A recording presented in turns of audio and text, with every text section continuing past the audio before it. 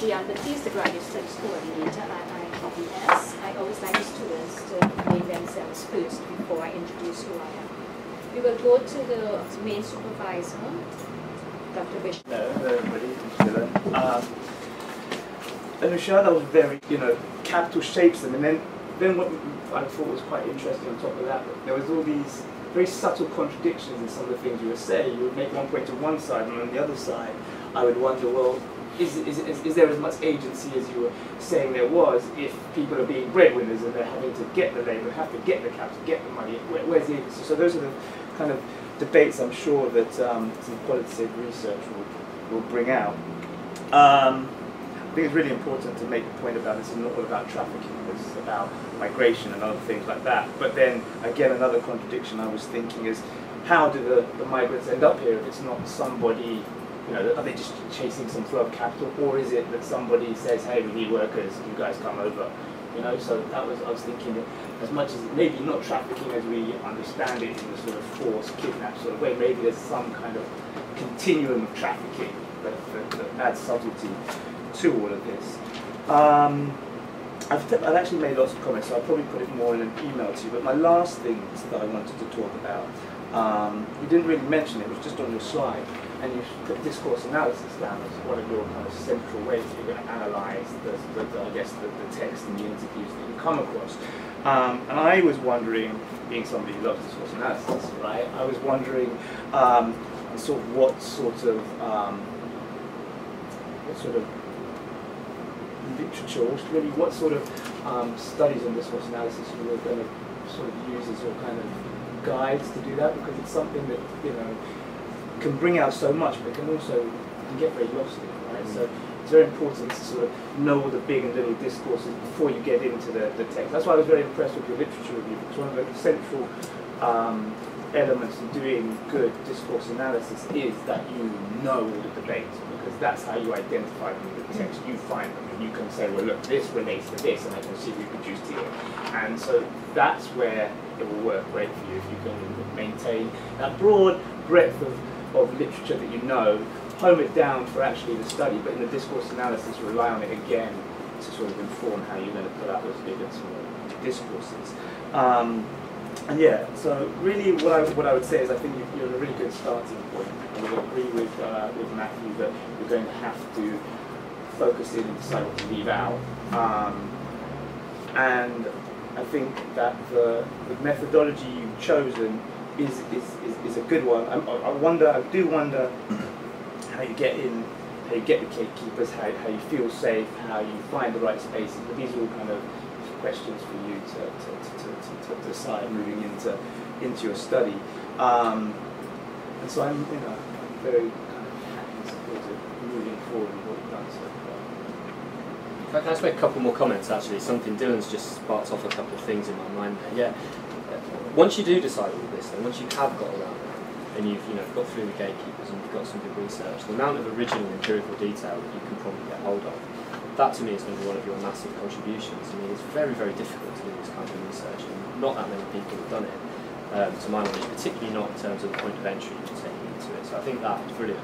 Something that I forgot to ask, which was one of my questions that I had noted here, I think you need to treat the scholar sex workers at least with a slight pinch of salt. I mean, my guess, I'm not particularly well versed in this literature, but my guess is that the scholar sex workers who are former sex workers who are very, very enthusiastic about sex work, I would imagine they probably weren't at the darkest, sharp end of sex work. I imagine they were relatively, belle de jour types. So, with that in mind, I think you have to be critical about their kind of epistemological assumptions that they're making about sex work, and not accept their view as the most acceptable view, I suppose. Sorry, Gab. Okay, before Dr. Bishop, also when you are doing other research seminars today, so No, I've done them. This is number 4. Okay. Yeah. Great, but you're good for today. Okay. Alright, so I won't take long because I know we're near the end, and I can also talk with Anusha. Probably the 4 of us should spend some time together. A couple of things. I think I thought it was very well done, very tight, a lot. But I agree with Dylan. I think it's better to have a lot at this stage than to have too little, because then, you know, you begin to refine things as you continue to think.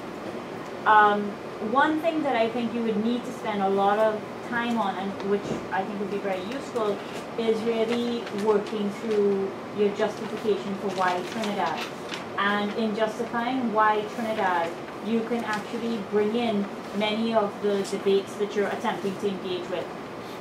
What Matt is suggesting about the ambiguities between the first and the third world, or, you know, the way that Trinidad as a site allows you to deconstruct those binaries, so that there's a way that the issues that you're dealing with can be used in your framing, and that will also help you narrow down in a way what exactly are the most relevant things that you're able to explore through this case study. And I like this a lot because I liked what you said about the question of the other being desired by an other. That is, because a lot of the literature on the Caribbean and sexuality looks at first world fantasies of black and brown bodies and both male and female, etc. I mean, there's some internal tourism, but a lot of it is sex tourism from Europe and the US, and so there's something very interesting in reversing that gaze, in fact entirely sidestepping that gaze, because you're looking at completely other relations.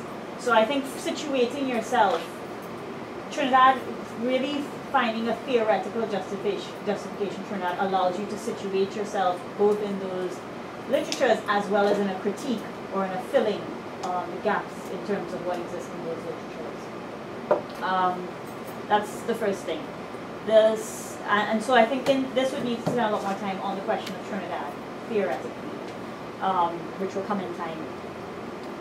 I like some of the terms that you had, for example, sex traveling, which I think opens you up early on to the many things, the many emotional states, economic states, fantasies, aspirations, family and networks, etc., that are involved in traveling. So I think I understand you must spend a lot of time delineating between sex work and trafficking, and between trafficking and migration. And I'm wondering if sex traveling allows you to immediately jump in and begin to then say, well, okay, given that this is in fact what I'm exploring. And I see, as you're sorting out what exactly you're focusing on,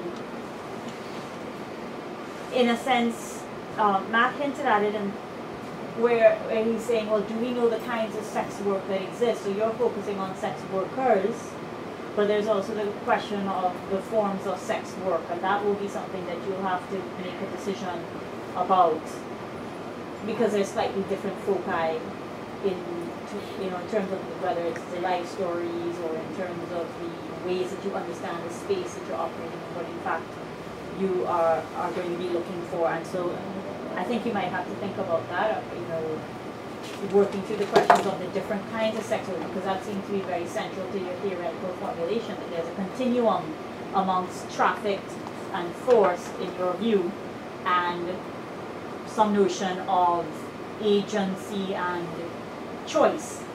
And so that whole question of different forms or relations of transactional sex may in fact be much more important than you've outlined here. I have other comments, but let me just stop because we're almost at the hour, and it'd be great to hear what other people have to say, with one last thing, which is the question of masculinity. I really like your outline in the chapter. I like the idea of this chapter on masculinity. I think it also hints to what you're talking about in terms of, quote unquote, first world men in third world bodies behaving in ways that you can with that kind of economic global power, being an economic global masculine body, having access to those kinds of desires that you're allowed to have with that. And how that reading of global relations shifts when starting from that lens. What are the power relations that these men can wield can access, can engage in, and what does that say about rethinking, how nations are placed through a reading of the male rather than the female body. So I think that's really productive, really useful. I think it'd be absolutely rich. I don't know a lot of work on that at all, because the sex work living in the Caribbean is really around male sex workers, both gay and straight. It's about the partners of male sex workers, for example, Brennan's work. It's about the rented dreads and others. But the powerful man is, as far as I know, completely absent, really. And that would allow you, again, to participate in some of the questions of the economic, the global, the political. I think as well, just if I can add to that, I think if you want to speak to a number of different audiences with this research, and this is the whole point of doing the research, with me being involved in doing the global stuff, is because, what people I know for a fact, if you want to publish a paper on this in an IPE journal at some point, what they'll be most interested in is you saying, this is how these literatures look at this particular subject, and guess what? Trinidad and Tobago completely confounds all of them in a number of different respects, and this is what's actually happening in this place. And the empirical richness that you can get and speak to a number of different audiences with that, I think will be the real value of this research. Right, but that would completely take you away from other sets of foci that you might be engaging in, right? So that has to be really seriously worked through. However, that kind of focus might also allow you to do some of the sidestepping, because there's Chinese sex workers, Latin American sex workers, there's, Brazil, there's sex workers from everywhere in Trinidad. We're like a Northern state republic. And that, even, differentiating between who you're going to focus on and why, is it the ones that make the papers who are arrested more, is it the ones that are in different areas? Just those decisions are very difficult and messy. And it might be that taking a real lens into the men allows you a different angle. It's just something to consider. I was even reading something the other day, get this, about European and American women who are sex workers in that context, who travel to the Caribbean now to service European and American holiday makers. So they'll come to Barbados or whatever and spend some time in Barbados, so that holiday makers, the English will then go. So there's almost like a competitive dynamic there between local sex workers and foreign sex workers who come for a holiday. Nuts.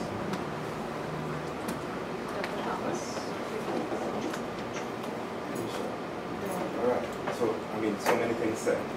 I want to just talk about, I suppose, the way in which I think you are, the way in which I think you should think about defining some of the concepts. And not just the definition of the concepts, but I think the business of how you enter the definitional space of the concepts, having defined them. I'll just talk about two examples. When you spoke about performativity, I think there was a little mix-up between gender performance and gender performativity. Performativity really doesn't restrict itself to the business of performance. It's citational, it's relational, and it really covers within the realm of the unconscious.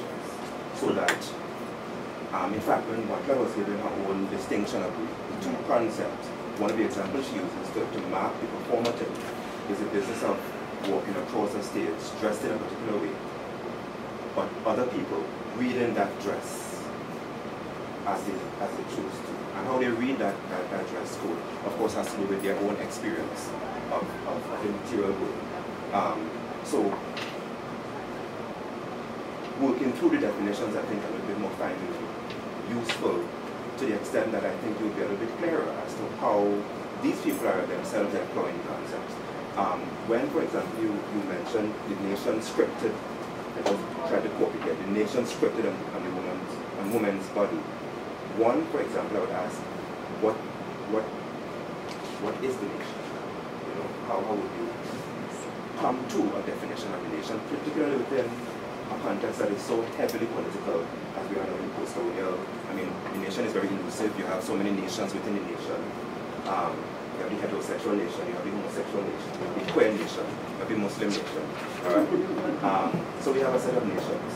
And then when Gabby just spoke about the business of the different forms of sex working. But I'm thinking that these different forms as well are themselves mobilized by the different bodies that are within, that's right, so that I think even, so in other words, what I'm saying is to say body or to say nation in a case like this is problematic, and you have to define the terms of that. Interestingly, in the discussion, I'm hearing Trinidad, and I'm also hearing Trinidad and Tobago, and being Tobagonian. She says in the thing that she focuses on Trinidad. Right, but that's the next thing I would want to enter in, because even if you do focus on Trinidad, one has to always remember that Trinidad, the island Trinidad, has more Tobagonians living here than in Tobago. Alright, the migration factor to Trinidad for survival purposes is very high. And therefore, it implicates how we conceptualize the island Trinidad. Particularly if you think about the whole rural and need factors that will now make the island Trinidad look very different to what it would have looked before without this influx of people coming from one island to the other for survival purposes. So in your, I think, navigating of the island nation Trinidad, I think some kind of room will have to be left for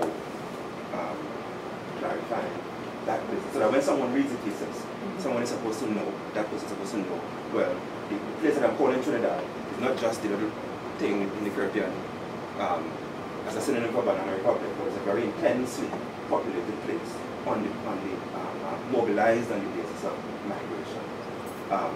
Which therefore takes, I think, the point you were making about the complicating of the third and first world business a lot more, takes it a lot more, but takes it to another level, simply because the sex tourism in Trinidad and Tobago is most felt in Tobago.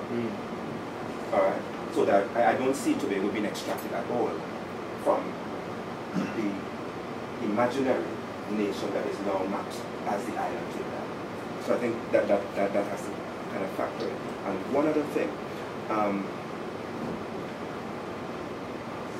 this sexual traveling, very interesting concept, but it also reinforces. So I think one of the things you will have to do is to recognize the politics, even in trying to rename a discourse that might be more useful.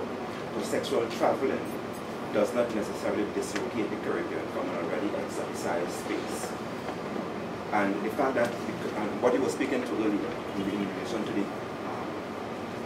certain bodies being sexualized by Western discourse, I mean, that is really the savage dialectic from colonial discourse. And I'm not sure how far removed the post-colonial Caribbean is really from that sexualized space. So even in drifting to a sexual travel as opposed to a sexual traffic, it does not necessarily take the Caribbean away from the business of an excessively exoticized space, which is therefore one way in which we can understand why Trinidad or Barbados or Jamaica is so high when you have so much sexual trafficking, because the Caribbean is possibly still seen as that place to come and do your thing. It is. I'm not trying to take it away. Oh no, I'm not saying that you, other people, but I'm just saying that in drifting to the travel, let's recognize that there's that. The realm of the exotic does not feature differently necessarily with the coding of travel. We can talk some. Just a few points, and we'll turn it over. We'll probably go for another 10 or 15 minutes, if that's okay for Anusha. I have to iterate a lot of what was said before, so I will go to that, but I will try to condense it very quickly into two things that are, well, I did enjoy your presentation. I think it's really important what you're doing here. First of all, let me say that. And I think we all acknowledge that. This is the reason we're here. I have my two greatest concerns, Anusha, are that one, you seem to be framing all your discourses as a very liberal feminist frame. Even when you're defining the terms, it comes again from a very hegemonic liberal feminist framework, and I want you to really think about that, because I think this is what allows you to leave the Caribbean space out of what you're doing. Okay, so it's important to look at that. Do you feel And it's it more goes liberal to- feminist or post-structuralist? Because I would. Very liberal. It's a very liberal framework. I'll give you some examples. For example, to go to one of the things I tagged, and I disagree with Dr. Hussain here, is the idea of, and I think Dr. Charles was talking about Thomas, the sexual trafficking and sexuality traveling. The whole idea of unpacking the distinctions between them speaks a lot about class, because the ability to travel and how we travel and when we travel and to where we travel is a very class issue, and that does not seem to be coming up in the definition. So again, it assumes that sex workers all have equal opportunity or equal access to whether they are traveling or whether they travel. So that, for me, that is in a kind of a liberal feminist framework. You also made allusions to the idea of liberal discourse, meaning not conservative, which is very different from liberal feminist perspective. So you need to go back and look at your distinctions and how you define it and the discourses you're using, and that you're not mixing up what liberalism is or liberal feminism. I wasn't sure, and I think Dr. Carrigan spoke about this too, is that I wasn't sure if you were disrupting the discourses and ideologies and extant and hegemonic scholarship, or if you were reinforcing them. Because the minute, as Dr. Carrigan, you say one thing, okay, the idea of the nation, of the woman's body is reinscribed in the idea of nation. But when you talked about whether the sex workers are being trafficked or if they're traveling, what you're doing is disrupting this idea of a stable nation or nationality or nationalism. But then you're speaking about citizenship and citizenship right and traveling and transgressing boundaries. So are you disrupting or are you reinforcing? The only point I'm trying to make on nationalism, basically, is just to say that certain nationalities become more visible than others, especially when you're away from your home country. But that was just one example on nationality. But there are many contradictions that concern me in this. Again, justifying again about Trinidad and Tobago, even if people want to take on Tobago, even if it's a more exoticized space than Trinidad, you really need to explain why Trinidad, not only why Trinidad, but why Trinidad, but not Tobago. So you have that responsibility as well, as opposed to just saying that I picked Trinidad for this reason. Because we are Twin Island Republic, you need to say why you are enlivening Tobago, especially given the fact that Tobago is such an interesting. And would they, for example, sorry, Gina, would they use? I'm just wondering if some of the interviews you might come up on may use the word Trinidad to quote an experience that they would have had in Tobago. Or that is a fact that happens quite readily. You know, so I would just caution the absence. I think that's a really good point, that I need to distinguish why Trinidad and not Tobago. But I really have to say that Tobago's sex, the whole issue of sex work in Tobago is starkly different from what I'm looking at in Trinidad in terms of sex tourism. There is very, very different from what I'm looking at here, because I'm not looking at sex tourism. Which is exactly what you mean. Yeah. So that is important.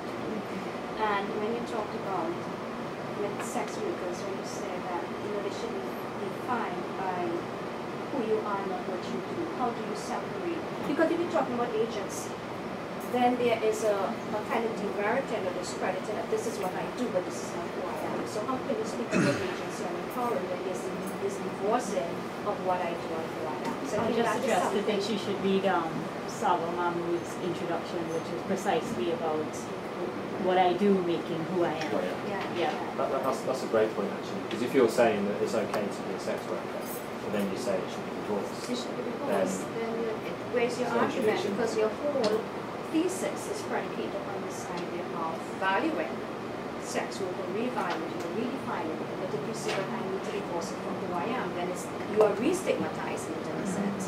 So it dismantles the entire project. Although, just to build on that, the escape hatch is when you find the contradictions to use them productively. Right? Yes, absolutely. To blend them and see the escape out, the two things that contradict.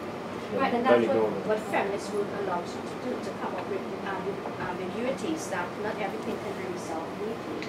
And I think that is the contribution we can make as So you raise the questions, and then someone else can come along and say, well, let me take this a little further. So you don't have to resolve all of these issues, right? But again, you have to be directed. And again, you raise a lot of really, really important. In fact, the Sabo Mamu is precisely about what you're doing, creating who you are, which is quite opposite from the idea that what you do is completely separate from who you are. I suppose, sorry, we also, I heard it mentioned, the question of desire. I think too, a way to think about, the thing is Jesus will do that for you as well, but smoothly applying or even relying on like a Lacan or a Butler, etc. Almost takes away the critical power of the thesis in the project. So that one of the things, no, but the business of desire, I'm very excited by it as well. Because I think there is a way in which the thesis can generate its own theory of desire, and that seriously problematizes retroactively. Butler's, Lacan's, Chris Table's application, and therefore it removes the stronghold of desire from a Western geography. But I think that's what I'm just trying towards. You know, desire has to be seen as something that is a little bit more tenacious, a little bit more pan-geographic, and I think we have mobilized desire as a kind of Western discourse. I think the thesis is giving you opportunity to transnationalize desire. Or any of the concepts. What is Brahma theory, she said? No, I'm talking about the application of desire in terms of a concept. You know, yeah, so very quickly again, and yes, that is again a concern of many of us is that our students wait for too late to introduce the literature, the Caribbean literature on the scholarship. So we do this huge overview, literary literature review, but then the Caribbean scholarship comes. So you want to get that in very early, because you also want to smart design privilege in particular types of scholarship. And the global, again, you can look at the fact that now this, again, binaries, be careful of binaries that you reproduce in the global and the local, because as we have established, the global is within the local as well. So within this space, you have a global political economy, like within the boundaries of, the bounded space of Trinidad as a nation. So your work can really, really do important things, and just breaking apart and dismantling and disrupting, all having to be forward to justify why you're using those other scholarships. That you use it to frame your discourse and position yourself as your patient. This is the contribution I'm going to make. These are the voices I'm privileging now. You need the privilege for the scholarship if you want to talk about it. Okay, so since you already have a conversation.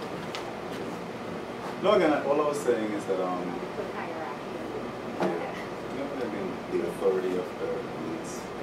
Just keep it front of yes, go ahead. No, but what I'm saying is that do you think that, again, Anusha is attempting grounded theory, that some of the critiques that you have would essentially, as she goes into the field, get weeded out? And so I was thinking that grounded theory, based on what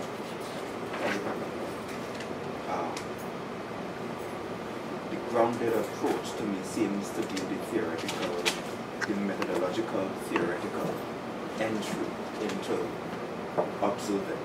But you won't rely on grounded theory to read exoticism, to read desire, to read exoticism.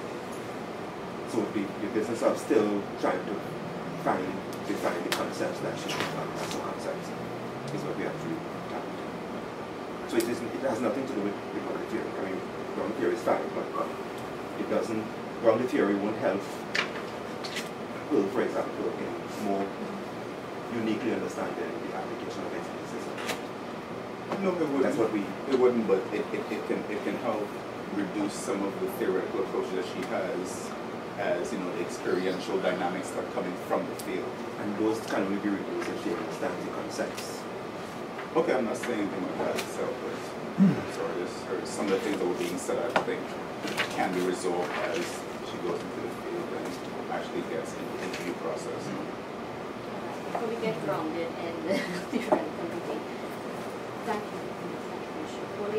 Hi, I just want to make a comment. I'm basing it on the fact that I do work in counter human trafficking programs now in the US and Trinidad, and I've done sex worker research and counter we've set up sex worker programs throughout Caribbean, our solution in Trinidad. There's a couple of things I was looking at. Again, there's always the issue of definition. I know now in the states, the term trafficking, especially in Arizona, they're looking at the term trafficking to include sex work, especially with minors. And again, it's being now inclusive on a number of other things, which I think you're kind of touched on. So I was looking at the issue of trafficking, but I was wondering, did you touch on smuggling? And in Trinidad and Tobago, a lot of sex workers that come into the country, they initially come in as being smuggled, and then turns into trafficking. So you need to look at that issue with trafficking, also child trafficking. They differ with regards to consequences, how it's done, all that. So again, smuggling actually is totally different issue, but they're very connected. We do have legislation of the trafficking, but not the smuggling. Smuggling, as you know, is it's not the president proclaims this yet. They're now trying to establish counter trafficking. But the fact is, you really need to look at smuggling because it actually turns into trafficking with a lot of these sex workers that we deal with. Transactional, I was wondering why you use transactional or commercial in regards to sex work. Why I used Transactional or commercial. Because when you work at HIV and sex work and counter programming, we usually deal with three types of sex: recreational, commercial, and transactional. I was wondering why you use the term transactional to commercial. Because commercial normally fall sex workers generally that the one you're dealing with fall under. I didn't use the term transactional. Do you have transactional? My view of transactional sex is different than what you're talking about. Okay, so did you use any definition? I may be wrong. No, I think you didn't use transactional, but I was wondering, one of my questions, I think if there is emotional tie to it, but there is no exchange of money, is it still transactional? I think I use the term transactional in the context of somebody's quote. Oh, the problem is, this came out there because again, a lot of these girls, especially sex workers in Trinidad, it's really under commercial. Although we do have transactional, that's basically more open it up to a number of other issues. Traveling, sex tourism, please take in account that these are, when you said traveling, what's sex traveling? Sexual traveling. Yeah, I wonder if you look at it in terms of the sex worker, because these populations, we term them mobile populations as well. So are you looking to target that as well? That a sex worker normally doesn't only work in Trinidad, they normally work 3 or 4 different countries. So we tag them as mobile populations. So I was wondering if that term, which I really like, sex traveling, could encompass that as well, looking from their point of view. When you started off with the feminism and sex work, I'm going to say feminism and sex work. Actually, that's a great point, and I was wondering if there's a phenomenon now of women hiring more female prostitutes. Well, there's a lot of women that work in terms of harboring and being able to access other women, and sometimes a lot of brothel owners feels like it's better if a woman is involved, because it's not as clients. Not as clients. I'm talking about the phenomenon right now that you have more clients of female sex workers, more clients. Yeah. Or some. Well, I would say more is increasing. I don't know if any definitely, but. Oh, you mean having female clients? Yeah. Because the issue of professionals and families and all that. Did you mention anything about the health issue? I mean, you said trafficking is very highly connected to health issues of STIs, HIV, other women's issues regarding to health. And a very important point which this doctor brought up. Trinidad and Tobago, we're very stratified generally. therefore you have your sex workers that are very stratified. Migrant populations normally go into areas of escorts, which I normally with escorts and masseuse, and a number of other areas. And you would rarely find a migrant sex worker on the street. Well, but Yes. rarely. In that, when I did my study, when I did one with PANCAP, it's ACO labeling. A lot of them don't go by labels at all. They don't do sex in essential massages. That's why one question I want to ask is how do you define sex in your study? So labeling again, stratification, and just on another note, again, this is because of experience. If you're going out there, are you going to be offering incentives? Yes. Just be aware of that. I don't know. So sex workers, not clients. Yeah. Yes, sex workers. Just be aware of that and be aware of the gatekeepers, because sometimes it's a commodity for that. You know, and sometimes your data could be skewed. But I just want to keep it short. This is why we need, in addition to the... Yeah, the place right next to you. Dr. Ragir, please. Yeah. Dr. Ragir, Yeah, please. yeah. And he actually has about 60% migrant now. So what's your name again, please? Blaine Thomas. Who's this place? Dr. He's a Raj. sex doctor, sexologist. And he owns a brothel as well. Well, No. not really. There's also a very phenomenal. It's a massage place. It's kind of like an anecdote. You broadcast But another name? I discovered recently that a lot of sex change operations take place within. The operation? Yes. Okay. Right? So I'm sure there is a phenomenon of the transgender. So you change your sex one place and return elsewhere to be a kind of worker. Which is why again the island Trinidad has to be really, you know, nuanced. Delineated. That's right. Yes. It has to be nuanced. Because a lot of things crop up in the place called Trinidad, and it's not really the thing that you're selling as Trinidad. It's a different land, a different nation. You know, Just like quickly, I think there's a strong classes dynamic that needs to come to the fore this, and economic dynamic. Because I'm seeing a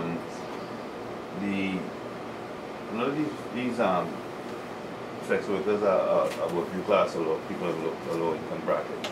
There's issues of economic parity in this one societies, circumstantial issues, why they come here. I see a parallel between them and migrant workers who are in. So you talk about sexual health issues and stuff, but the migrant workers also, they are people from a particular class arena. They're forced into, to a certain extent, by circumstances to do this.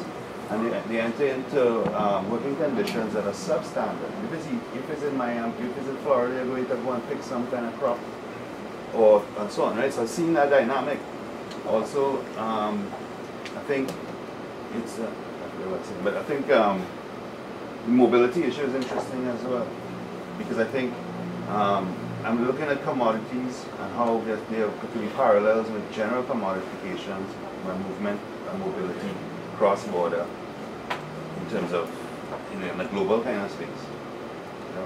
Also the masculinism is very important too, because there's obviously a power dynamic involved and there's a class dynamic involved. Because if you got to sell something and then someone has to buy it, the person who can afford it to pay for it is in a different power position, you know. So I'd like to see that kind of played up a lot, as opposed to, I think, grayer areas and more difficult areas to develop. Or for instance, we talk about consent and stuff like that, you know, in terms of power feminists and victimization and stuff. I think that's very interesting, but I mean, from the title and so on, I really saw a lot of economic underpinning to the argument. And again, classes, I don't want to sound like a Marxist, but yeah, but it's a very strong class dynamic in this. You know, gender too. And I enjoy the point of it, but there's obviously a heteronormative spin to this. I've seen her, they're looking at a lot of stuff these days. I see some documentaries and stuff. It's just a heteronormative thing that comes out one time. And I don't see any kind of much deviation from that in the discourse. So if you could come and crack that a little bit, that would be nice. And the Tobago thing, I think, is very important. And get that whole dimension of question of nation and the artificiality of the concept that we have now here, even within the context of this so-called republic here, right? And that's something I think of very important, because as soon as also I think about, I saw Trinidad, but I'm seeing the dynamic of Tobago, and within Trinidad.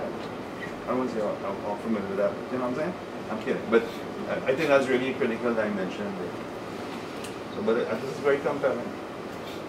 It's very compelling. And you show that obviously you've generated quite some very interest, the level of interest, because I think this was one of the most well-attended writing seminars for the semester. So obviously your work, that is an endorsement of you. So again, you have to make a decision, take the comments, and one, you have to make a decision in conjunction with your committee on what you need to keep edge. Thank you all for attending. We'll see you again.